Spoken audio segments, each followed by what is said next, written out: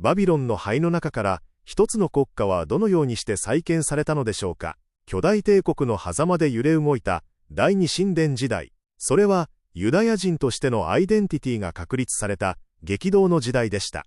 この動画では聖書の記述と土の中から発見された小さな銀貨が語る知られざる歴史の物語を紐解いていきます。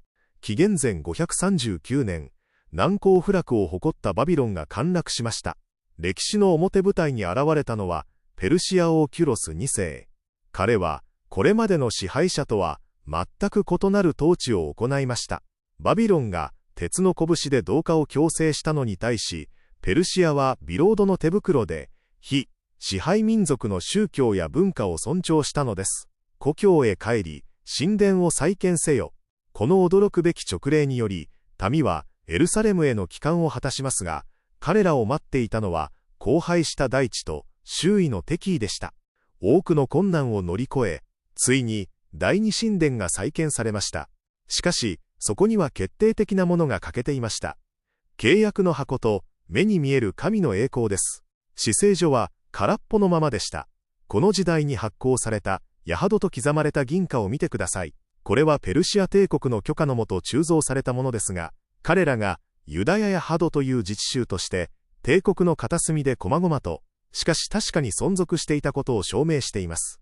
神殿は再建されましたが、エルサレムの町そのものは崩れた城壁に囲まれた無防備な状態でした。それは当時のユダヤ民族の危うい立場を象徴していました。そこに立ち上がったのが総督ネヘミヤです。彼は民を奮い立たせ、妨害の中でわずか52日間という驚異的な速さで城壁を修復し、まず物理的な安全を確保しました。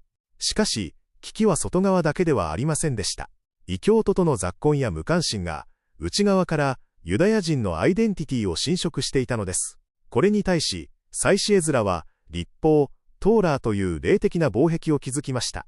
彼は、律法を中心とした教育を徹底し、後のシナゴーグ制度の基礎となる信仰スタイルを確立させたのです。ネヘミヤが築いた石の壁と、エズラが築いた律法の壁、この二つの分離こそが、彼らを歴史の波から守る防波堤となったのです。歴史を語るのは、巨大な石碑だけではありません。ここに、わずか 0.28g の小さな証人がいます。この時代のユダヤは、独自の貨幣鋳造を許されていなかったことを表します。アレクサンドロス大王の死後、世界地図は塗り替えられました。ユダヤは、南のエジプトプトレマイオス朝と、北のシリア、セレウコス朝という、二大強国の狭間で揺れ動く係争地となります。そして、紀元前198年、アンティオコス3世の征服により、ユダヤはシリアの支配下に入りました。しかし、真の脅威は軍事力ではありませんでした。それはヘレニズムという抗いがたい文化の波です。都市建設、裸で競技を行う体育場、ジムナシウム、そして美しいギリシア語の普及、この圧倒的に洗練された文化の流入は、単なる領土の変更以上に、ユダヤ人の魂を揺さぶる衝撃となったのです。セレウコス朝の王、アンティオコス4世エピファネス。彼は自らをアラヒト神と称し、強硬なヘレニズム化を推し進めました。ユダヤ教の禁止、安息日の廃止、そして決定的な冒涜が行われます。神聖な祭壇にゼウス像を据え、豚を捧げたのです。ダニエル書が予言した、荒らす憎むべきもの。この暴挙が、人々の魂に火をつけました。神の律法に熱心な者は私に続け、祭司マタティアの叫びとともに反乱が始まりました。彼の息子ユダはマカバイ、鉄槌と呼ばれ、圧倒的な戦力差をゲリラ戦で覆していきます。紀元前164年、彼らはついにエルサレムを奪還し、宮を清めました。これがハヌカ、宮清めの祭りの起源です。神殿の再封建は単なる軍事的勝利ではなく、信仰の勝利でした。ゲリラ戦士だったマカバイ家は、やがて王家、ハスモン朝へと変貌を遂げました。その象徴が、ヨハネ・ヒルカノス一世です。彼はついに自国通貨を発行し、ユダヤは、名実ともに独立国家となりました。しかし、彼がいただいたのは、二つの冠でした。神に仕える大祭司でありながら、剣を振るう王として振る舞ったのです。領土を拡大し、征服したために、ユダヤ教への改宗を強制するその姿。皮肉なことに、彼らは自分たちが命がけで戦ったはずのヘレニズムの専制君主そのものに近づいていったのです。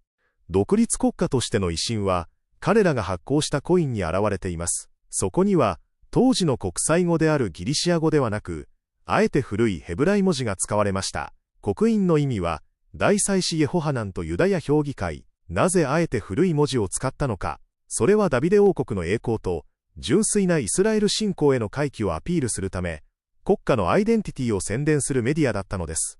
ハスモン朝の世俗化は、アレクサンデル・ヤンナオスの時代に極まります。彼はついに、コインに王という称号を刻みました。さらに、異教的なシンボルである、星や怒りを用い始めます。本来、王権、ダビデの子孫と大祭司職は分かれているべきですが、彼はその両方を独占しました。これに反発したパリサイ派との内戦が勃発し、彼は6000人の同胞を虐殺するという悲劇を引き起こします。